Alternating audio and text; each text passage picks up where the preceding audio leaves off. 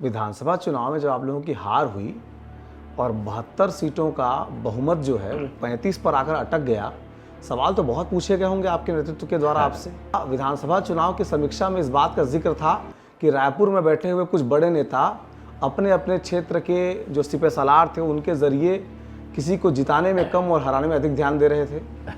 जैसे आपकी जो मुस्कुराते हुए सच को छिपा लेने का प्रयास जो है वो आपके चेहरे पर नजर आ रहा है कि दीपक बैज भूपेश बघेल के प्रवक्ता मात्र बनकर रह गए हैं। हाँ, मैंने तो कहा, क्या गलत कहा। पहले गैर विवादित आदिवासी नेतृत्व, हाँ, जनजाति नेतृत्व। हाँ, जनजाति कैसे है तो आदिवासी नहीं, जनजाति मुख्यमंत्री कि 26 तक नक्सलवाद मुक्त कर देंगे, शांति स्थापना हो जाएगी बस्तर के भीतर। देखिए, बस्तर में शांति हम लोग भी चाहते हैं कि बस्तर में शांति वापस आना चाहिए, लेकिन हमारा कहना है कि निर्दोष आदिवासियों को मार के शांति वापस लाने के पक्ष में हम लोग नहीं है। कवर्धा में 3-3 साहू समाज के लोगों की हत्या हो जाती, घर जल जाता है। अगर यही सुशासन है तो फिर बहुत अच्छा चल रहा है। जनता और प्रशासन आपस में लड़ रही है, लेकिन आदत कहाँ जाएगी? आदत तो रहेगी ना टेबल के नीचे से लेने का। नहीं, वो जनता को पता है और पत्रकार लगभग जानते हैं। अरे ठीक है, अब आप भी एक तो पत्रकार है, आप तो हर नेता के किचन तक का रिपोर्ट आपके पास रहता है। मेरी पसंद तेरी पसंद की काम करने की क्षमता संगठन में तो 80% तो जो काम कर सकता है उसको मौका मिलेगा। बाबा साहब हमारा सीनियर नेता है। हाँ, तो आप जिन जिन लोगों का मार्गदर्शन ले रहे हैं उन लोगों का आपसी तालमेल कैसे बैठाते हैं? कि दीपक बैज आकाश शर्मा को टिकट देने के बहाने ये दिखाना चाहते हैं कि साहब सुनूंगा सबकी, लेकिन जो मुझे सही लगता है करूंगा। तो वो हम सिर्फ चुनाव आ रहे हैं, हमारा हौसला कमज़ोर नहीं हुआ, हमारा इरादा कमज़ोर नहीं हुआ। आपको लगता नहीं है कि वो दौर ज़्यादा बेहतर था? सांसद रहते, विधायक रहते, ये अध्यक्षी में बहुत पिचकाट नहीं है कि इस नेता का फोन आ रहा है, मेरे इस आदमी को एडजस्ट कर लेना। रायपुर जिलाध्यक्ष के लिए 20-20 दावेदार होंगे मेरे ख्याल से, और सबको ये अभिमान है कि नहीं, बैज साहब के तो हम करीबी हैं और हमको अवसर मिल सकता है। चलिए, डर और भय तो मैं जेब में रख के आया हूँ, बस्तर छोड़ के आया हूँ मैं। जब अच्छे समय में होते हैं तो सब आपके साथ ही रहते हैं, जब विषम परिस्थिति में रहते हैं तो आपके साथी कौन है वो आपको दिख जाता है। शराब और ऐप हर मनपसंद चल रहा है, मनपसंद की गारंटी चल रही है। वो भी एक नौजवान बता रहा था कि मनपसंद में दिखाता है लेकिन मिलता नहीं असली में। तो सीजी बॉक्स चैनल तुमने देखा था, ये चैनल सब्सक्राइब कर लेवा, बहुत नया मिला से तुमन के बहुत जल्दी हम आगू बढ़ा था। यूट्यूब में देखा सब्सक्राइब कर लेवा, बोले बिना तुमन करबो नहीं करा तेकर से तेरे मतलब कहे पर थे।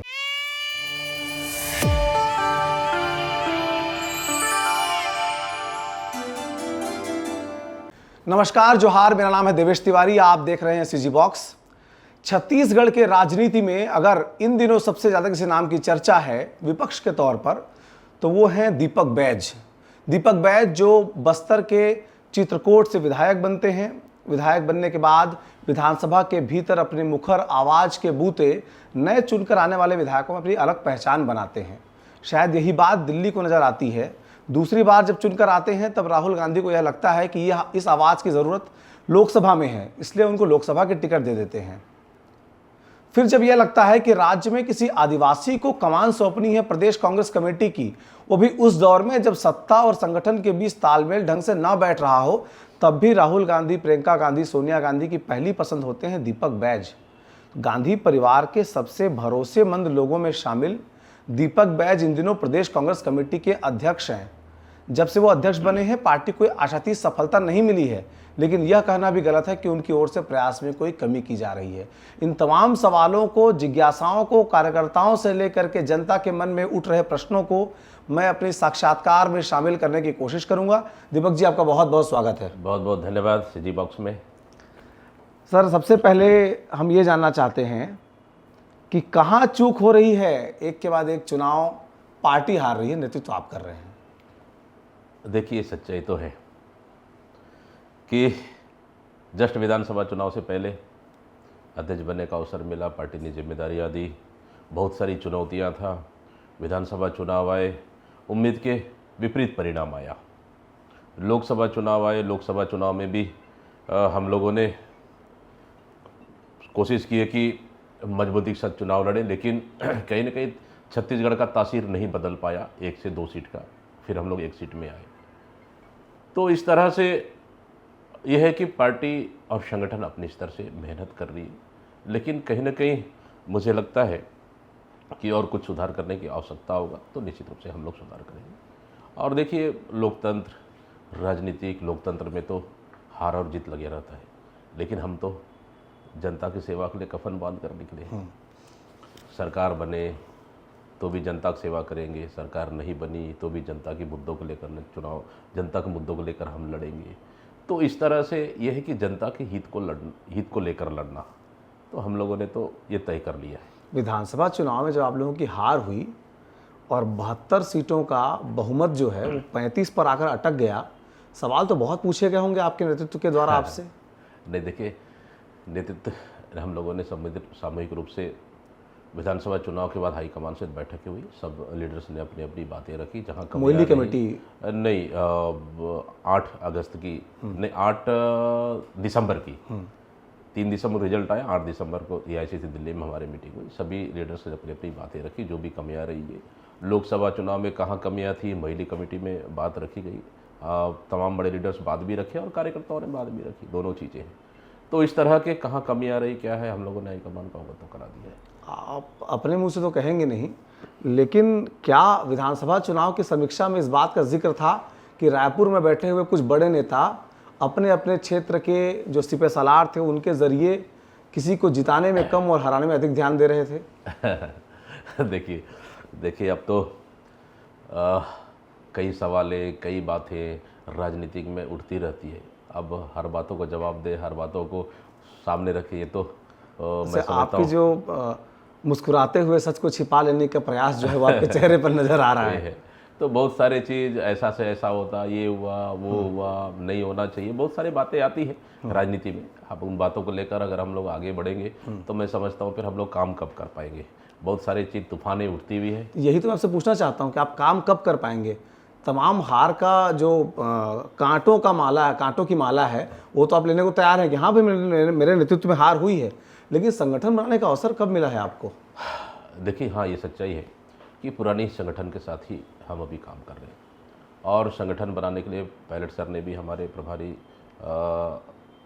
ने अनुमति दे दी है। लेकिन यह है कि कुछ कारणों से हम लोग, अभी बाई इलेक्शन भी आया, इस वजह से हम लोग गठन नहीं कर पाए, लेकिन बहुत जल्द ही। ऐसा तो नहीं है कि आप हर नेता के पसंद को तवज्जो देने के? देखिए, संगठन में सबको सामंजस्य बिठाकर, तालमेल बिठाकर चलना पड़ता है। स्वाभाविक सा है, कुछ बड़े नेताओं के क्षेत्र है, उनसे भी सलाह मशवरा करेंगे, और अन्य हिस्से में उनसे भी सलाह मशवरा करेंगे। देखिए, पार्टी है, संगठन है, तो एक व्यक्ति से संगठन नहीं चलता है। तो स्वाभाविक सा है, संगठन का मतलब है सब लोग मिलकर उसको आगे बढ़ाएं। संगठन का, पार्टी का मतलब कि सभी लोगों को विचार लेकर, सहमति लेकर आगे बढ़े। तो स्वाभाविक सा है, जहाँ भी आवश्यकता पड़ेगी सीनियर नेताओं से चर्चा हुई है, और जहाँ भी आवश्यकता पड़े सीनियर नेताओं से और चर्चा करेंगे, और संगठन की मजबूती के लिए जो बेहतर हो सके वो करेंगे। अजय चंद्राकर से बातचीत कर रहा था, उन्होंने कहा कि दीपक बैज भूपेश बघेल के प्रवक्ता मात्र बनकर रह गए हैं। अब उनकी मानसिकता ऐसा है तो मैं क्या कर सकता हूँ, है नहीं। देखिए, हर नेता की अपनी अलग अलग मानसिकता है। अगर वो फोबिया से अगर ग्रसित हैं तो उनको इलाज कराना चाहिए। भाई, मैं तो डॉक्टर हूँ नहीं कि उनका इलाज मैं करूँ। अच्छा, आप तो ऐसे नहीं थे कि बयानों में उस गरिमा को आप बना के रखने वाले इंसान हैं। आप कहते हैं कि मर्दानगी जो है, मर्दानगी संदर्भ में बयान आया था, तो आपने कहा कि कमरे में जाकर चेक कर लें टेस्टोस्टेरोन अब टेस्ट के देखिए, जवाब में। लोकतंत्र में कुछ बातों की कुछ सीमाएं होती है, कुछ मर्यादाएं होती है। भारतीय जनता पार्टी के मुझे लगता है कि 2-2, 3-3 बार के मिनिस्टर हैं, और उसके बाद इस तरह के बयाने मैं समझता हूँ कि वो उचित नहीं है। इसलिए मर्दानगी की बात अगर कही तो उनको खुद जाकर बैठ के बंद कमरे में चर्चा कर लेना चाहिए, है नहीं। यही आपने कहा था? हाँ, मैंने तो कहा, क्या गलत कहा। अच्छा, मतलब ये कहना भी जायज़ मानते हैं आप? तो भाई, सवाल उन्होंने उठाया है, तो इसलिए उनको जाके बात कर लेना चाहिए। ईंट का जवाब पत्थर से लोग देते हैं, आप बोल्डर से दे रहे हैं, आपको लगता है? मैं तो AK-47 से दे रहा हूँ। अच्छा खैर, प्रदेश को आदिवासी नेतृत्व मिला है, कितनी खुशी हुई सरकार में? हाँ, पहले गैर विवादित आदिवासी आदिवासी नेतृत्व, हाँ, जनजाति नेतृत्व है तो। हाँ, जनजाति कैसे है? तो आदिवासी वो। नहीं, जनजाति मुख्यमंत्री है। आदिवासी मुख्यमंत्री अगर होते तो आदिवासी दिवस दिन वो बहिष्कार नहीं करते। 9 अगस्त को विश्व आदिवासी दिवस बनाते पूरे देश में, देश से बाहर विश्व में बनाते हैं। लेकिन अब भारतीय जनता पार्टी आदिवासी दिवस नहीं मनाती है, सरकार आदिवासी दिवस नहीं मनाते हैं। मुख्यमंत्री का कार्यक्रम तय हो जाता है इंडोर स्टेडियम में, प्रोग्राम सेटअप हो जाता है, वहाँ आदिवासी भी आते हैं उनको सुनने के लिए, फिर प्रोटोकॉल बन जाता है, कार्ड छप जाता है, लेकिन निकलने से 2 मिनट पहले कैंसिल कर देते हैं कि हम प्रोग्राम में नहीं जाएंगे, ना ही एक बधाई संदेश तक नहीं देते हैं। तो क्या कहा आदिवासी मुख्यमंत्री, मतलब आदिवासी मुख्यमंत्री होते तो आदिवासी दिवस में जाते, अभी आदिवासी दिवस बना नहीं रहे, अब ये लोग जनजाति दिवस मना रहे हैं। इसलिए मैंने नया टैगलाइन दे दिया है कि जनजाति मुख्यमंत्री है।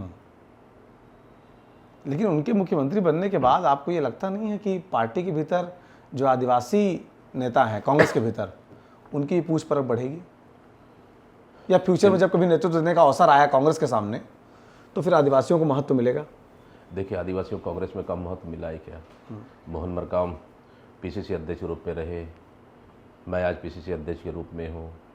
देखिए, कांग्रेस में आदिवासियों के लिए हमेशा महत्व रहा है, अभी भी है और आगे भी रहेगा। देखिए, हमारा गांधी परिवार, राहुल गांधी जी की बात करें, सोनिया गांधी जी की बात करें, प्रियंका गांधी जी की बात करें, और स्वयं हमारे राष्ट्रीय अध्यक्ष माननीय खड़गे जी भी बात करें, तो कमज़ोर वर्गों को लेके चलने का इन्होंने बीड़ा उठाया है, और एसटी एससी इन वर्गों को ज़्यादा फोकस किया है, कमज़ोर वर्गों को। स्वाभाविक सा रूप है कि बस्तर जैसे क्षेत्र से हम लोग आते हैं और आज पूरे प्रदेश की जिम्मेदारी दी गई है। स्वाभाविक सा है कि जहाँ भी ऐसा बात आए तो हमेशा इनके साथ हमेशा हमारा आला कमान खड़े रहती है, और स्वाभाविक सा है कि प्रदेश में कि जहाँ भी आदिवासी अत्याचार होती है तो कहीं ना कहीं आला कमान संज्ञान में लेती है और रिपोर्ट हमसे मांगती है, चर्चाएं करती है। जब भी हम लोग भी अगर मिलने जाते तो कहीं ना कहीं इन मुद्दों पे उनके जहन में रहता है, तो उन घटनाओं पे हम लोग से मौखिक रूप से चर्चाएं करते हैं। तो स्वाभाविक सा है कि कांग्रेस हमेशा आदिवासियों की हितैषी रही है और आगे भी रहेगी।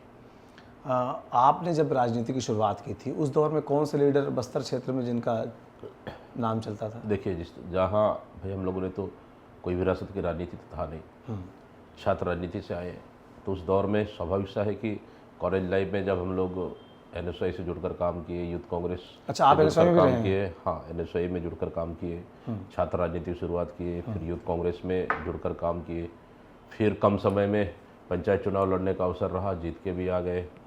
फिर उसके बाद फिर हमारे लीडर थे बस्तर के महेंद्र कर्मा जी, स्वर्गीय महेंद्र कर्मा जी, तो उनके साथ जुड़कर काम करने का अवसर मिला। स्वाभाविक सा है, बस्तर के लिए सोचते थे, बस्तर के लिए लड़ते थे। कोई किस्सा आपको याद आता है महेंद्र कर्मा का, क्योंकि नेता तो बड़े करिश्माई थे?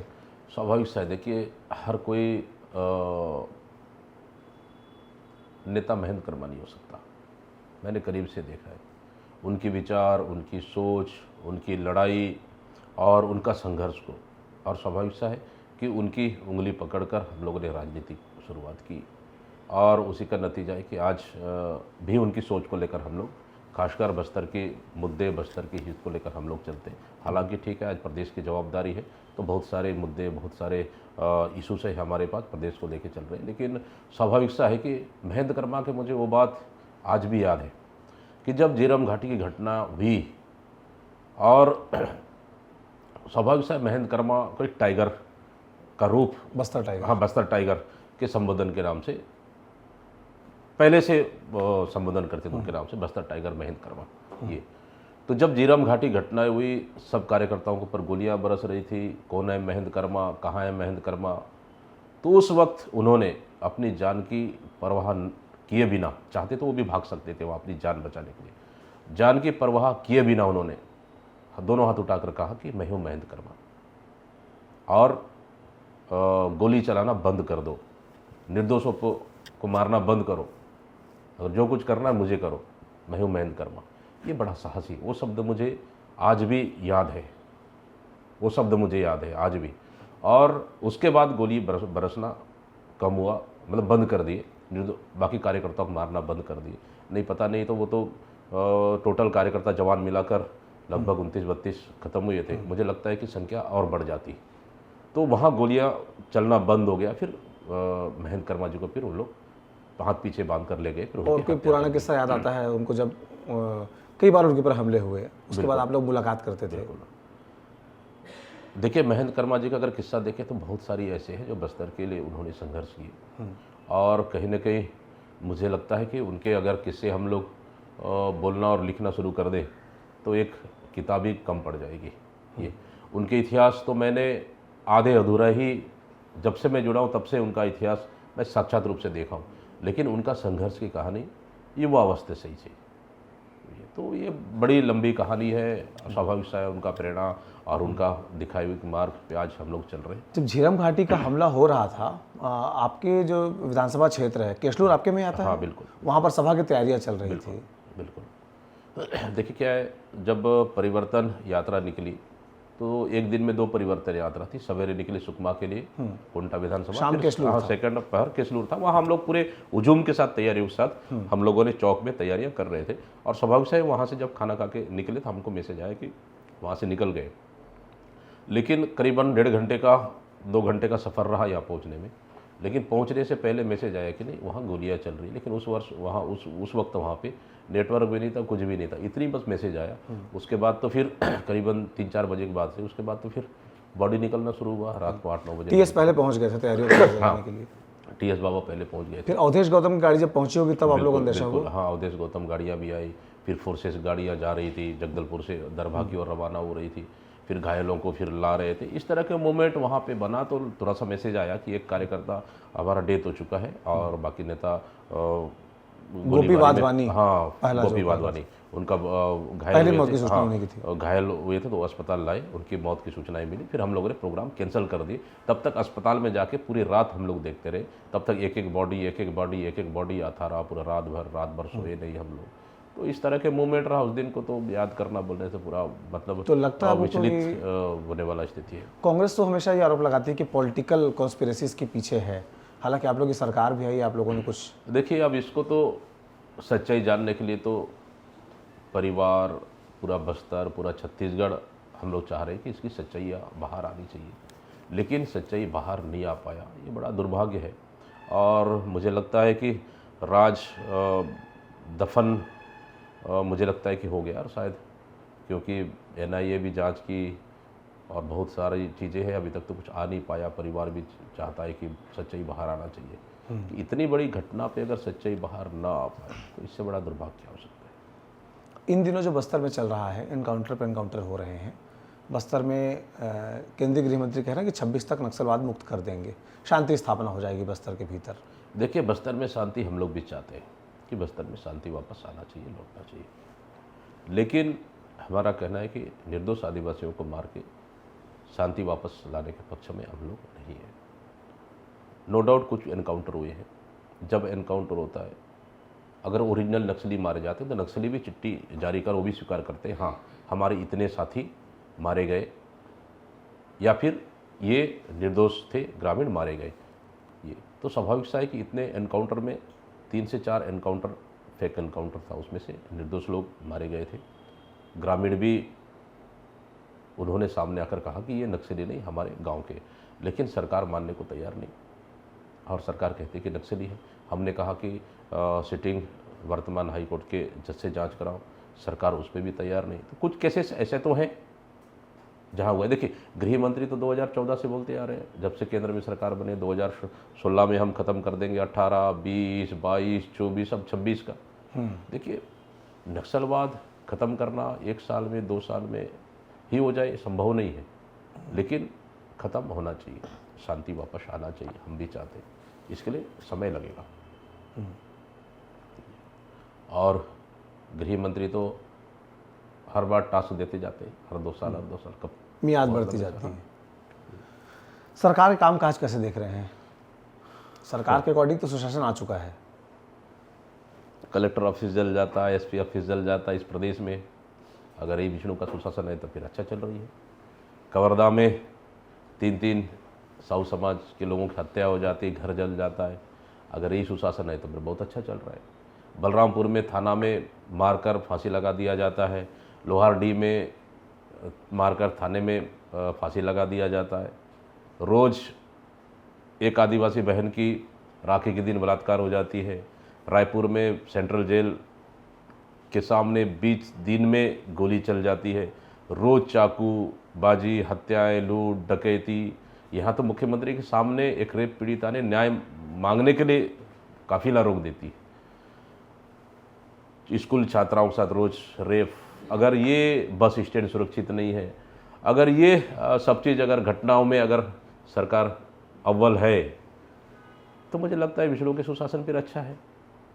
देखिए, सरकार कौन चला रहा है, कहाँ से चल रही है, कानून का राज है कि नहीं है। यहाँ पुलिस को जनता मार रही है और अधिकारी को मारपीट कर रहे हैं। आज तो मैं एक वीडियो और देखा हूँ कि एक तहसीलदार को मनेंद्रगढ़ का है, आज का 2 घंटे पहले का, एक तहसीलदार को मार रहे। बलौदा, ये अपने महासमुंद में आपने कल परसों की देखे, एक विधायक अपने सरकार के अधिकारियों के खिलाफ में धरने में बैठते हैं, उसी साइड में कर्मचारी उनके खिलाफ में धरने में बैठ रहे हैं। आखिर हो क्या रहा है? जनता और प्रशासन आपस में लड़ रही है, प्रशासन के अधिकारी आपस में लड़ रहे हैं, सामंजस्य कहीं है नहीं। मतलब पूरे जनता का सरकार से भरोसा उठ चुका है। हो सकता है प्रशासनिक आतंकवाद चरम पर है, प्रशासन के एक दूसरे पे भरोसा खत्म हो चुकी है, नियंत्रण सरकार से बाहर हो चुकी है। इसलिए इस सरकार में मैं समझता हूँ अपराध और अन्य मुद्दे बिल्कुल भी खत्म हो चुकी है, चरम पर है। सरकार में सुशासन नहीं बल्कि गुंडाराज और जंगल राज इस सरकार में चल रहा है। हो सकता है कि इसी को लोकतंत्र कहते हो, क्योंकि आपकी सरकार में तो अधिकारियों को बोलने तक की छूट नहीं थी, लेकिन किसी को मारने का अधिकार तो नहीं था। एक थानेदार तहसीलदार को मारता है, क्या है ये? तहसीलदार खुलेआम जाके बोल रहे हैं कि नहीं, मंत्री कमीशन ले रहे हैं, हमसे इतने इतने पैसा मांग रहे हैं, हर 3-3 महीने ट्रांसफर कर रहे हैं। धंधा बना के रखे क्या? जनता ने इनको इली चुना है क्या? पीए को मंत्री बना दोगे तो ये हाल तो होगा। नहीं, आप ऐसा कैसे कह सकते हैं? वो पीए जो है वो एक लोकतांत्रिक ढंग से चुन करके विधायक बने और विधायक के बाद मंत्री बने हैं। ठीक है, लेकिन आदत कहाँ जाएगी? आदत तो रहेगी ना टेबल के नीचे से लेने का। ये मैं नहीं कह रहा हूँ ना, हाँ, डिपार्टमेंटल लोग कह रहे हैं, उनके विभाग के लोग कह रहे हैं, ये मैं नहीं कह रहा हूँ। एक तहसीलदार ने आरोप लगाया था ऐसा। हाँ, मैं कहाँ गलत बोल रहा हूँ? सड़क पे लगाया था आरोप। फिर आरोप लगा रहा है और सरकार के फिर उसका खिलाफ में तबादला भी फिर- हो गया था। वो तो प्रशासनिक दबाव है। सरकार के खिलाफ आरोप लगाएंगे तो मुझे लगता है तो तबादला कर दिए ना, कहीं उसको बर्खास्त नहीं कर दिए। अच्छा, ये चीज़ बताइए, जब आप लोगों की सरकार थी तब आप लोग सुनते थे मुख्यमंत्री जी? क्यों नहीं सुनेंगे? देखिए, कौन सा हम लोग का प्रदेश का, हम लोग सरगुजा का बात करेंगे या फिर रायगढ़ का बात करेंगे? हमको बस्तर का बात करना है, अपने क्षेत्र का बात करना है। जहाँ भी अपनी क्षेत्र की बात आई, किसी प्रोजेक्ट पे काम करना है, कोई प्लानिंग करना है किसी प्रोजेक्ट पे, या फिर लोगों की और क्या दिक्कतें हो सकती हैं, वहाँ के आदिवासियों के लिए क्या प्लानिंग हो सकती है, तो बहुत सारे मुद्दों पे चर्चाएं होती थी। क्यों नहीं सुनते थे? स्वाभाविक सा। ये कौन सा मंत्र था जो मोहन मरकाम नहीं फूंक पाया और आपने फूंका और तालमेल जम गया सरकार और संगठन के बीच? अब देखिए, अब मैं तो नहीं कहूँगा, मैं तो ये नहीं बोलूँगा कि मोहन मरकाम के साथ तालमेल नहीं था। नहीं, वो जनता को पता है और पत्रकार लगभग जानते हैं इस चलिए बात। ठीक है, अब आप भी एक तो पत्रकार हैं, आप तो हर नेता के किचन तक का रिपोर्ट आपके पास रहता है, आप लोग पास डेली का। लेकिन देखिए क्या है, सरकार और संगठन में तालमेल बिठाना दोनों चुनौतियां हैं। और यह है कि देखिए, संगठन काम करते तो सरकार बनती है, सरकार बनती है तो स्वाभाविक से जनता के लिए काम करती है, और संगठन फिर अपना काम करते हैं। दोनों को तालमेल बिठाना वास्तव में चुनौती है। लेकिन संगठन अपना काम करती है, सरकार अपना काम करती है, और सरकार के कामों को संगठन प्रचार प्रसार करने का जवाबदारी उनका है। तो स्वाभाविक सा है कि हम लोग दोनों एक सिक्के के दो पहलू हैं, और स्वाभाविक सा है। तो और सरकार ने अच्छा काम किए थे, चाहे आप किसानों की बात करें, युवाओं की बात करें, आदिवासी की बात करें, प्रदेश के अन्य हिस्सों की बात करें, बहुत अच्छा काम किए थे। स्वाभाविक सा है उनका प्रचार प्रसार हम लोगों ने किया। ठीक है, आसान उस के रूप हम लोग को परिणाम नहीं मिल पाया, वो अलग मैटर है। राजनीतिक में है तो ठीक है, कोई मुद्दा अच्छा लग जाता है तो उसके फेवर में चला जाता है। तो बहुत सारी चीज़ है कि हम लोग क्यों सरकार नहीं बना पाए, लेकिन यह सरकार ने अच्छा काम तो किए थे। आज 1 साल के अंदर आप देख रहे हैं सरकार पूरी तरह से मतलब वेंटिलेटर पे चली गई है। ऑक्सीजन की कमी है, इनको ऑक्सीजन देने की आवश्यकता है। अब ऑक्सीजन दिल्ली से मिल रहा है, नागपुर से मिल रहा है, अब वो पता नहीं है ऑक्सीजन कौन देने वाला है इस सरकार को। तो आज मैंने ही पीसी किया है कि धान खरीदे पे, धान खरीदी को आज स्थिति देख रहे हैं आप। मतलब सरकार पहले साल बड़ा मुश्किल से धान खरीद पाई, जो 15 साल रहने के बाद किसानों को मजबूत नहीं कर पाई। अब सत्ता में हासिल करने के लिए कहाँ 21 कुंटल, कहाँ 3100 रुपये का वादा करके आ गई, आज फंस गई है बुरी तरह से। तो सरकार दी एक बार 3100 रुपये, सरकार ने दिया एक बार 3100 रुपये, 31 रुपये ना, एक बार ना। पिछले साल दिया था, इस बार मिलेगा। हाँ, लोकसभा चुनाव था इसलिए। आप अगर मैं देखो उनके वादों पे मैं तो अभी बात नहीं कर रहा हूँ, मैं सिर्फ 2 ही मुद्दे पे बात कर रहा हूँ। अगर उनके किए वादे पे, अगर उनके घोषणा पत्र पे एक एक चीज़ को निकाले ना, मुझे सरकार नहीं लगता है कि 2-3 वादों के अलावा कुछ कर पाई होगी अभी तक।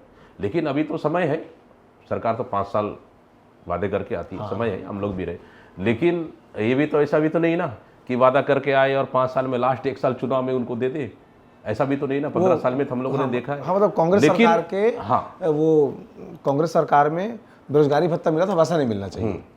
कांग्रेस सरकार में वाह, युवाओं के लिए कितना हम लोगों ने काम किया। आप लोगों ने युवाओं के लिए किया, भर्तियां निकाली, लेकिन वो जो आपने कहा ना आखिरी साल, तो मुझे अचानक याद आ गया बेरोजगारी। अगर एक आध योजनाएं हम लोग कर दिए तो कौन सा गलत किया। लेकिन हम लोगों ने तो ये तो हम लोगों ने किया कि किसान को कर्जा माफी हम शुरू साल से 2 घंटे के अंदर हमने किया। 2 घंटे के अंदर हम लोगों ने 2500 रुपये हम लोगों ने दिए और 5 साल दिए, 2640 रुपये तक दिए, ऐसा तो नहीं ना। लेकिन इस तरह से जो आज किसान इस सरकार से इतना त्रस्त हो चुके हैं। अब बारदाना नहीं है, किसान का धान उठाव नहीं हो रहा है, मिलर्स हड़ताल पर है। आज शायद हमारे पीसी के बाद आज हड़ताल शायद बातचीत हुआ ख़त्म हो चुकी है। उसके बाद आप 2300 रुपये आज किसानों को खाते में डाल रहे हो आप। उसके बाद आप कहीं 11 कुंटल, 12 कुंटल, 13 कुंटल ले रहे हो। फिर वैद्य जी, जब ज़मीन पर इतनी समस्या है तो आपके चुने हुए या आपके दौर में बनाए गए जिलाध्यक्ष कहाँ हैं जो जाके सड़क पे आंदोलन कर रहे हैं? आज हमारा 1% से कितना फर्क हो गया, आप देख लो ना। राइस मिलरों का तुरंत मीटिंग हो गया, आज उनका हड़ताल खत्म हो गई है। यही तो डर बोलते हैं। नहीं तो पीसी से ही काम क्यों चलना, सड़क पे जनता को तो पता लगे कि आप लड़ रहे हैं। ये तो शुरुआत हुई है। देखिए, धान खरीदी अगर शुरू कर दिए तो 8 दिन देखना भी चाहिए ना, 8 दिन देखना भी चाहिए। अब तो 15 तारीख से हुआ है, लगभग 15 दिन हो रहे। 15 दिन में देखे अव्यवस्था है। अब कांग्रेस शुरू की है, तो कब आपकी बॉडी कब तक बन जाएगी? आपकी बॉडी कहने का मतलब पीसीसी के अध्यक्ष की बॉडी, जिनको आपको चयन करना होगा। 1-1.5 साल आपने देख लिया कि इसका कामकाज कैसा है। बिल्कुल। संगठन जब पानी ठहरा होता है तो बहाव लाया जाता है, तो कुछ चीज़ें नहीं हो उसमें। नहीं, इसको हम लोग कोशिश कर रहे हैं, बहुत जल्दी ही करें। और कोशिश कर रहे हैं कि नगरीय निकाय चुनाव से पहले कर लें, ताकि यह है कि नए संगठन के साथ जो निचले लेवल पे, उसके साथ अब नगरीय निकाय चुनाव में जाए। इसलिए हम लोग क्या दिखेगा, मेरी पसंद तेरी पसंद की काम करने की क्षमता नगरीय निकाय में? नहीं, आपके संगठन में तो 80% तो जो काम कर सकता है उसको मौका मिलेगा। जो पार्टी के लिए समय दे दे, जो पार्टी के लिए 24 घंटा समय दे, जो पार्टी के लिए हमेशा उपलब्ध रहे, पार्टी के लिए काम करे, मौका तो उनको मिलेगा। टीएस सिंहदेव से बातचीत हो रही थी, उन्होंने भी बताया कि उनके लिए भी अध्यक्ष की पहली पसंद फिलहाल के दिनों में आप ही बने हुए हैं। देखिए, बाबा साहब हमारा सीनियर नेता है। हाँ, स्वाभाविक सा है कि हमेशा सहयोग आशीर्वाद मिलता रहा, उनका अभी भी मिल रहा है। भूपेश बघेल जी हमारे पीसीसी प्रेसिडेंट भी रहे, फिर एक्स-सीएम भी है, स्वाभाविक से सीनियर लीडर है। जहाँ भी मुझे लगता है कि उनकी मार्गदर्शन की आवश्यकता है, उनसे मार्गदर्शन मिलता है। बोलते हैं कि नहीं अध्यक्ष जी इसको ऐसा करना चाहिए, नहीं ठीक, बिल्कुल ठीक है। अगर कोई संगठन की हित की बात है, जनता की हित की बात है, तो उनका बात भी हम लोग ले लेते हैं।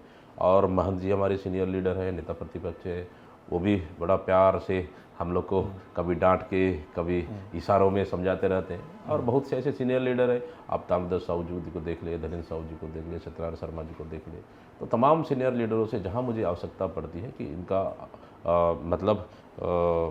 इनका आशीर्वाद लेके हमको काम करना चाहिए, तो निश्चित रूप से हम लोग उनके मार्गदर्शन सलाह से काम कर रहे हैं। तो आप जिन जिन लोगों का मार्गदर्शन ले रहे हैं, उन लोगों का आपसी तालमेल कैसे बैठाते हैं? देखिए, आखिर तो क्योंकि सबके अपने अपने राजनीतिक महत्वाकांक्षाएं हैं, होनी भी चाहिए। ठीक है। देखिए, अगर 10 अगर हम लोग एक साथ खड़े हैं तो 10 का एक साथ विचार एक जैसा हो संभव नहीं है। लेकिन यह है कि अगर किसी चीज़ पे चर्चा कर ले, एक राय बन जाए, उससे बड़ी बात क्या हो सकती है।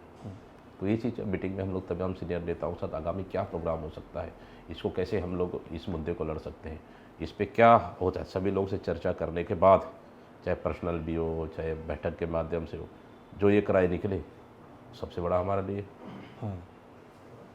क्योंकि कठिन दौर में आप अध्यक्ष हैं, ऐसा मुझे लगता है व्यक्तिगत रूप से, क्योंकि जितने सीनियर लीडर जिनका आप नाम ले रहे हैं, सबकी आपस में मंच पे बढ़िया बनती है।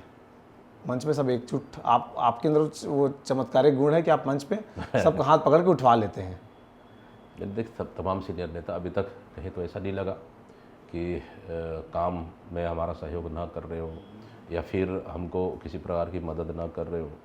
तो ये है कि उनका मार्गदर्शन ही हमारे लिए सबसे बड़ा काफ़ी है, और उनका हमारे साथ पार्टी के हित में बराबर खड़े रहना ही हमारे लिए काफ़ी है। बाकी लड़ने के लिए हमारी यूथ टीम है, यूथ ब्रिगेड है, कांग्रेस की बड़ी टीम है, उनके साथ लड़ रहे हैं। यूथ विंग में भी यूथ विंग के अध्यक्ष को आपने तक्षण का टिकट दे दिया, तब जबकि बहुत से सीनियर नेता वहां खड़े थे। कुछ लोगों ने यह भी कहा कि दीपक बैज आकाश शर्मा को टिकट देने के बहाने ये दिखाना चाहते हैं कि साहब सुनूंगा सबकी, लेकिन जो मुझे सही लगता है करूंगा। तो वो नहीं, देखिए, सभी सीनियर नेताओं से चर्चा हुई है। चर्चा होने के बाद उस सीट में यूथ को मौका देना चाहिए। यूथ को मौका हम लोगों ने दे दिया। नो डाउट आकाश शर्मा NSY के रूप में, अध्यक्ष के रूप में प्रदेश में 5 साल काम किए। जिला NSY जिला अध्यक्ष के रूप में, यूथ कांग्रेस प्रदेश अध्यक्ष के रूप में, NSY प्रदेश अध्यक्ष के रूप में काम किए। बनता तो है, आखिर हक तो बनता था। हक तो बनता था। जो कार्यकर्ता पार्टी के लिए झंडा उठा रहा है, दरी बिछा रहा है, दरी उठा रहा है, झंडा लगा रहा है, पार्टी के लिए दिन रात मेहनत कर रहा है, उसका हक तो बनता है। परिणाम की हमें चिंता नहीं, लेकिन उसका संघर्ष को महत्व देना भी पार्टी की जवाबदारी बनती है। और वैसे भी हमारे पास खोने के लिए कुछ भी नहीं था, क्योंकि वो सीट 34 साल से भारतीय जनता पार्टी कब्जे में है और 8 बार से कंटिन्यू भारतीय जनता पार्टी जीतते आई है। बीजेपी का गढ़ है, उस गढ़ में हम लोग मजबूती से चुनाव लड़ ली, एकता से चुनाव लड़ ली और पूरी दमदारी से चुनाव लड़ ली। ठीक है, परिणाम हमारे पक्ष में नहीं आया, कोई बात नहीं, लेकिन हमारा हौसला, हम सिर्फ चुनाव आ रहे हैं, हमारा हौसला कमज़ोर नहीं हुआ है, हमारा इरादा कमज़ोर नहीं हुआ है। क्या हम चुनाव हारे तो उपचुनाव हार जाए तो फिर क्या हम सरकार से मुद्दों के लिए लड़ना बंद कर दें? हमारी लड़ाई तो देखिए किसी व्यक्तिगत तो है नहीं, हमारी लड़ाई मुद्दों की लड़ाई है, विचारधारा की लड़ाई है, सिद्धांत की लड़ाई है। ये लड़ाई तो हम लोग लड़ेंगे। आपको लग नहीं रहा है कि आपके इस बयान के बाद जो नौजवान NSY के यूथ कांग्रेस के जिलों में राजनीति कर रहे हैं, उनकी बाँछें खिल उठी होंगी कि निकाय चुनाव सामने है और अध्यक्ष जी बोल रहे हैं कि युवाओं को मौका मिलेगा? मैं तो खुल के बोल दिया हूँ, जिसको भी पार्षद लड़ना है, NSY हो या फिर यूथ कांग्रेस हो, महिला कांग्रेस भी हो, जिसको पार्षद लड़ना है तैयारियां अभी शुरू कर दी। और मैंने कह दिया है कि टिकट वितरण में इस समय बूथ और वार्ड से आप लोग चर्चा करके सिंगल नाम करके भेज दो आप वहीं से कि हम बड़े नेता क्यों टिकट बांटे, पार्षद का तो टिकट देना है। वो तो पड़ोसी में सहमति नहीं बनती, आप पूरे वार्ड में सहमति बना रहे हैं सर। तो बोल रहा हूँ, क्योंकि देखिए एक वार्ड पार्षद लड़ना इस वार्ड का, तो वार्ड के कार्यकर्ताओं की सहमति तो जरूरी है, उनका पसंद का होना चाहिए। दीपक बैज का पसंद जरूरी नहीं है। किसी वार्ड में अगर बिलासपुर में किसी वार्ड में लड़ना है, जगदलपुर किसी वार्ड में लड़ना है, रायगढ़ किसी वार्ड में लड़ना है, दीपक बैज का पसंद जरूरी नहीं है। वहाँ रहने वाले वहाँ के कार्यकर्ता, वहाँ की जनता का पसंद जरूरी है। उस पसंद को हम लोगों ने महत्व देंगे। मैंने तो कह भी दिया है, अगर मेरा दुश्मन भी है उसको टिकट दे दो, लेकिन टिकट देने के बाद ये नहीं कि उसको हराने लग जाओ, उसको जिताने के लिए काम करो। मेरा एक मकसद है। देखिए क्या होता है, अगर कोई जीतने वाला व्यक्ति है उसको अगर हम लोग महत्व देते हैं तो कहीं ना कहीं वो जीत के आएगा। वो जीत के आएगा तो कांग्रेस मजबूत होगी। हमारे पास तो देखिए नगरीय निकाय चुनाव, पंचायत चुनाव, ये दोनों कार्यकर्ताओं का चुनाव है। बड़े नेता विधानसभा चुनाव, लोकसभा लड़ लेते हैं, ये कार्यकर्ताओं का चुनाव है। तो ये चुनाव में हम लोग कार्यकर्ताओं को अगर महत्व नहीं देंगे तो फिर हम लोग कैसे हो। इसलिए मैंने युवाओं को कह दिया है कि अगर आपको चुनाव लड़ना है तो तैयारियां सभी शुरू कर दें। और मैंने बैठकों में भी कहता हूँ, NSY, यूथ कांग्रेस, महिला कांग्रेस को महत्व दे दो, युवाओं को दो आगे। अगर लगता है सीनियर्स लड़ सकते हैं लड़ लो, लेकिन युवाओं को भी महत्व दो। ऐसा नहीं कि युवा है, अब युवाओं को हम आगे लाएंगे नहीं, उनको हम लोग ट्रेंड करेंगे नहीं, तो फिर हम युवाओं को कैसे आगे बढ़ाएंगे। कल के दिन तो युवाओं का भविष्य है, युवा ही तो आगे आएंगे। आज नहीं तो 5 साल, 10 साल, 20 साल बाद युवा ही तो छत्तीसगढ़ का भविष्य है। इसलिए युवाओं को हम अभी से तैयार हम करें राजनीतिक रूप से, तब जाके एक समय हमारा एक मतलब राजनीतिक में कहा जाए कि एक अनुभव चेहरे हमारे पास आएगा 10-15 साल के बाद। इसलिए हमको युवाओं को अभी से ट्रेनिंग देने की आवश्यकता है। बैज जी, मैं एक वो दीपक बैज देखता हूँ जो अपने क्षेत्र के विधायक रहते हुए खूब सवाल पूछते थे विधानसभा के भीतर। हम लोग भी जब ऊपर पत्रकार गैलरी में बैठते तो देखते रहते हैं कि किनके अंदर संभावनाएं अधिक हैं। तो आप उस दौर से, आप हो गए, मोहन मरकाम हो गए, संत कुमार नेताम हो गए बस्तर से, इनके अंदर संभावनाएं दिखा करती थी। भारतीय जनता पार्टी महेश गागड़ा के भीतर वो संभावनाएं दिखती थी। वो एक दौर था कि चिंता मुक्त अपने क्षेत्र को देखना है बाबा, अपना बढ़िया काम हम करना है। आपको लगता नहीं है कि वो दौर ज़्यादा बेहतर था, सांसद रहते, विधायक रहते, ये अध्यक्षी में बहुत पिचकाट नहीं है कि इस नेता का फ़ोन आ रहा है, मेरे इस आदमी को एडजस्ट कर लेना, फिर नेता आ रहे हैं, रायपुर जिलाध्यक्ष के लिए 20-20 दावेदार होंगे मेरे ख्याल से, और सबको ये अभिमान है कि नहीं बैस साहब के तो हम करीबी हैं और हमको अवसर मिल सकता है, ऐसे लगभग जिलों में होंगे। तो ये दिमागी कसरत कुछ अधिक नहीं बढ़ गई अध्यक्ष बनने के बाद? देखिए क्या है, मैं तो सौभाग्यशाली हूँ कि कांग्रेस जैसा पार्टी का मैं प्रदेश का अध्यक्ष के रूप में आला कमान ने मुझे बिठाया, और छत्तीसगढ़ के तमाम नेताओं का आशीर्वाद भी है। और सवाल तो उस समय भी पूछता था सिर्फ मेरे विधानसभा के लिए, और जब विधानसभा में था तो मेरा विधानसभा के लिए सवाल पूछता था और बस्तर के लिए सवाल पूछता था, और जब सांसद बन के गया तो फिर पूरे बस्तर के लिए सवाल और छत्तीसगढ़ के लिए पूछता था। लेकिन आज सौभाग्यशाली हूँ कि आज पूरे प्रदेश के लिए सवाल पूछता हूँ। क्या आज भी मेरा सवाल पूछना बंद हुआ? क्या नहीं हुआ। आज तो मैं हर दिन, देखिए विधानसभा लोकसभा चलता है तो आप विधानसभा कितने दिन का रहता है, विंटर सेशन और आप मानसून सत्र को देखेंगे तो 4 से 5 दिन का, 5 दिन सवाल पूछते हैं, और बजट सत्र होता है तो 20-25 बैठकें रहती है, 20-25 दिन। अरे मैं तो 12 महीना सवाल पूछता हूँ, 30 का 30 दिन सवाल पूछता हूँ। आज सरकार को उठते साथ आप लोग से संवाद हो जाता है, सबसे पहले आप लोग टीका देते हैं, आज यहाँ घटना हुई, आपको क्या कहना है, आज यहाँ धान खरीदी अच्छा नहीं हो रहा है, आपको क्या कहना है, आज ये फलाना ऐसा हो, क्या करना। मैं तो उठते साथ पहला काम आप लोग से, सरकार से सवाल पूछने से ही शुरू कर दिया, मैंने शुरू कर देता हूँ। तो इसलिए आज तो मैं रोज़ सवाल पूछता हूँ, 30 के 30 दिन। तो ऐसा इसलिए तो नहीं कि जब लोकसभा चुनाव के ठीक बाद हम ये देखे कि बहुत तेज़ दौड़ लगा रहे थे पूर्व मुख्यमंत्री, और उस बीच आपने पारिवारिक कार्यक्रमों में व्यस्त थे, तो आपके मन में ये तो नहीं आया कि गुरु अगर अध्यक्ष हैं तो अध्यक्ष दिखना भी पड़ेगा? नहीं, देखिए आला कमान ने मुझे इस कुर्सी पे जवाबदारी दी है, तो मेरे लिए 1-1 मिनट, 1-1 घंटे, 1-1 दिन पार्टी के लिए समर्पित है, और स्वाभाविक सा है कि उस अनुसार हम लोग काम कर रहे हैं। और मैंने कह भी दिया है कि बैठक में जब तक मैं हूँ इस कुर्सी पे, तब तक 1-1 दिन, 1-1 घंटे और मेरे लिए पार्टी के लिए समर्पित है। मैं तो उस क्षेत्र से आता हूँ जहाँ बारूद की आवाज़ें भी सुनी, गोलियों की आवाज़ें भी सुनी। डर तो मेरे मन में है ही नहीं, भय तो मेरे मन में है ही नहीं। सर पे कफन बांध के निकला हूँ मैं कि प्रदेश की जनता के लिए, हित के लिए और सरकार के नाकामी और मुद्दों के खिलाफ मेरा लड़ाई तो जारी रहेगा। इसलिए डर और भय तो मैं जेब में रख के आया हूँ, बस्तर छोड़ के आया हूँ मैं। मेरे मन में जितना, हर आदमी में कई परिवार की चिंता, खुद की चिंता रहता है ना, मेरे डर, मन, भय जितना भी है ना अंदर की भाव, वो सब बस्तर पे छोड़ के आया हूँ मैं।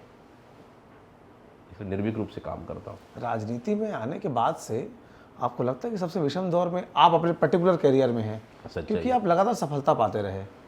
सच्चाई देखिए, जब इस बार असफलता केवल आपकी व्यक्तिगत नहीं है, पार्टी की असफलता का ठिकाना भी आपके ऊपर आता है, तो सबसे विषम दौर महसूस हो रहा है आपको, आपके लिए व्यक्तिगत? देखिए, यही तो संघर्षकारी का रास्ता दिखाता है। आप जब अच्छे समय में होते हैं तो सब आपके साथ ही रहते हैं, जब विषम परिस्थिति में रहते हैं तो आपके साथी कौन है वो आपको दिख जाता है। और एक आईना है ना, आईना स्पष्ट रूप से चेहरा को दिखा देता है कि आपके चेहरे में कहाँ पे दाग है, आपके चेहरे में और क्या है, तो बहुत स्पष्ट दिख जाता है। वही जब विपक्ष में रहेंगे ना तो आपको स्पष्ट साफ रूप से दिख जाता है कौन अपने हैं, कौन अपने नहीं है, और सुख दुख के साथी कौन है, सुख के साथी कौन है, दुख के साथी कौन है। ये तो इसलिए विपक्ष, राजनीति अगर करना है, विपक्ष से बड़ा हथियार कुछ भी नहीं है। आपको विपक्ष मजबूत बनाएगा, आपको विपक्ष ताकतवर बनाएगा, आपको विपक्ष बोलना सिखाएगा, आपको विपक्ष लड़ना सिखाएगा। सत्ता में रहने से तो फिर सिर्फ मैं समझता हूँ कि बोलिए सत्ता में रहने से जितना मज़ा है विपक्ष में लड़ने में उतना ज़्यादा मज़ा है। लेकिन यह हाँ, सत्ता और विपक्ष दो ऐसे सिक्के के एक पहलू है कि सत्ता में अगर रहेंगे आप जनता का काम कर पाएंगे, ये स्वाभाविक सा है। लेकिन जनता ने हमको विपक्ष बिठाया तो स्वाभाविक सा रहे कि मजबूत विपक्ष के रूप में छत्तीसगढ़ में हम सरकार के खिलाफ लड़ रहे हैं। क्या अपेक्षाएं भविष्य में? जब बीते समय मुख्यमंत्री के नाम की चर्चा थी, बहुमत कांग्रेस के पास था, 4-4 लोग गए थे, मन में कभी आता है कि अवसर आपको मिल सकता है? नहीं, मैंने तो कभी सोचा भी नहीं। देखिए, मुझे बस्तर की जनता ने 2 बार विधायक, सांसद बनाए और आज प्रदेश अध्यक्ष के रूप में जिम्मेदारी मिली। मुझे पार्टी ने बहुत कुछ दिया, जनता ने बहुत कुछ दिया, कम समय में, कम उम्र में, और मुझे आज भी किसी चीज़ की लालसा नहीं है। हम, मेरे खून में कांग्रेस है, मेरे मन में कांग्रेस है, और कांग्रेस के लिए लड़ रहा हूँ, मुद्दों के लिए लड़ रहा हूँ, सरकार की नाकामियों के लड़ रहा हूँ। आगे भी मेरे मन में इस तरह का कहीं कोई भावनाएं नहीं है। सिर्फ एक मेरे मन में है कि सरकार लाना है, जनता के लिए सेवा करना है, बस्तर जैसा क्षेत्र के लिए काम करना है, सरगुजा जैसा क्षेत्र के लिए काम करना है। बस यही है कि छत्तीसगढ़ को एक विकसित राज्य के रूप में देखना है, बस यही सपना है। इसलिए हमारा बस एक ही मकसद है कि हम जो ये बाकी 4 साल है, इसको मजबूती के साथ हम लड़ें और सरकार की हर नाकामियों को हम जनता तक ले जाएं। कहीं ना कहीं ये साबित कर दें कि सरकार सिर्फ झूठे वादे कर सत्ता में आई है, और जनता का असली अगर काम कोई कार्य कर सकता है तो कांग्रेस पार्टी कर सकता है। भारतीय जनता पार्टी तो मनपसंद का चल रहा है। यहाँ तो घर घर मनपसंद जाओ, शराब और ऐप हर मनपसंद चल रहा है, मनपसंद की गारंटी चल वो भी एक नौजवान बता रहा था कि मनपसंद में दिखाता है लेकिन मिलता नहीं असली में। अब ये तो जनता ही बता पाएंगे, है नहीं। होटल, रेस्टोरेंट जहाँ भी जाओ, अब तो गली गली पान ठेले में मनपसंद के मिल रहे, तो स्वाभाविक सा है कि ये मनपसंद की गारंटी की सरकार है। खैर, जनता के मन पसंद हुई थी तब सरकार में आई थी, तो इसलिए उन्होंने तय किया कि अब जनता के पसंद का, उसके मन का ध्यान रखना है, और मन की बात से उनका पुराना ताल्लुक भी है, इसलिए भी शायद वो उस मन को ध्यान में लेके चलते हैं। मैं ये जानना चाहता हूँ आपसे, राहुल गांधी बड़ा विश्वास करते हैं आपके ऊपर, राहुल गांधी की वो कौन सी खूबी है जो आप लोगों को मोटिवेट करती है? देखिए, राहुल गांधी जी में एक खूबियाँ है कि वो हमेशा सच्चाई के साथ खड़े रहते हैं और हमेशा न्याय की बात करते हैं, और गरीब जनता, किसान, मजदूर, आदिवासी, दलित, कमज़ोर वर्गों के लिए हमेशा लड़ाई लड़ते हैं। इसलिए आज कहीं न कहीं राहुल गांधी आज मजबूत नेता के रूप में देश में उभरे हैं। आज ठीक है कि दिल्ली में सरकार नहीं बन पाई, सरकार बनती तो प्रधानमंत्री रहते, नहीं बन पाई, लेकिन आज एक बड़े दल के आज लोकसभा विपक्ष के नेता तो है, मजबूती के साथ आवाज़ उठा रहे, निडर है। 5-5 दिन आप ईडी कार्यालय में बिठा देते, कुछ समय एक ही सवाल पूछना है, दिन भर बिठाना है, तो वो निडर नेता है, वो डरपोक नहीं है। वो हम लोगों ने खूबियाँ दिखती है उनमें, और जब भी वो कभी कोई बात पे नाराज़ होना है तो नाराज़ व्यक्त कर देते हैं, लेकिन दिल में कभी नहीं रखते हो, और युवाओं को ज़्यादा महत्व देते हैं, आगे बढ़ाते हैं, युवाओं को ज़्यादा प्रोत्साहित करते हैं, और उनकी नज़र में जो मेहनत करने वाला होगा, संघर्ष करने वाला होगा, राहुल गांधी को काम करने वाला व्यक्ति चाहिए। स्वाभाविक से मैंने उनको बहुत करीब से देखा है, 5 साल लोकसभा में रह के, और मतलब उनकी व्यक्तित्व को जितना अगर हम बात करें वो भी कम है। तो इस तरह से कहीं ना कहीं निश्चित रूप से आने वाला समय में राहुल गांधी ही देश के एक मजबूत नेता के रूप में रहेंगे, और देश की आवाज़ बनकर उभरेंगे देश में, और एक दिन देश का बागडोर राहुल गांधी जी के हाथ में रहेगा। तो आपसे दीपक बैज, हमने बातचीत की, आगे भी हम बातचीत करने की कोशिश करेंगे। जो भी सवाल आपके मन में आ रहा हो आप कमेंट बॉक्स पे उसको छोड़िए, ताकि अगले साक्षात्कार के लिए जो हम कुछ विषय बचा कर रखे हुए हैं तो उसमें उसको शामिल करेंगे। जोहार, धन्यवाद।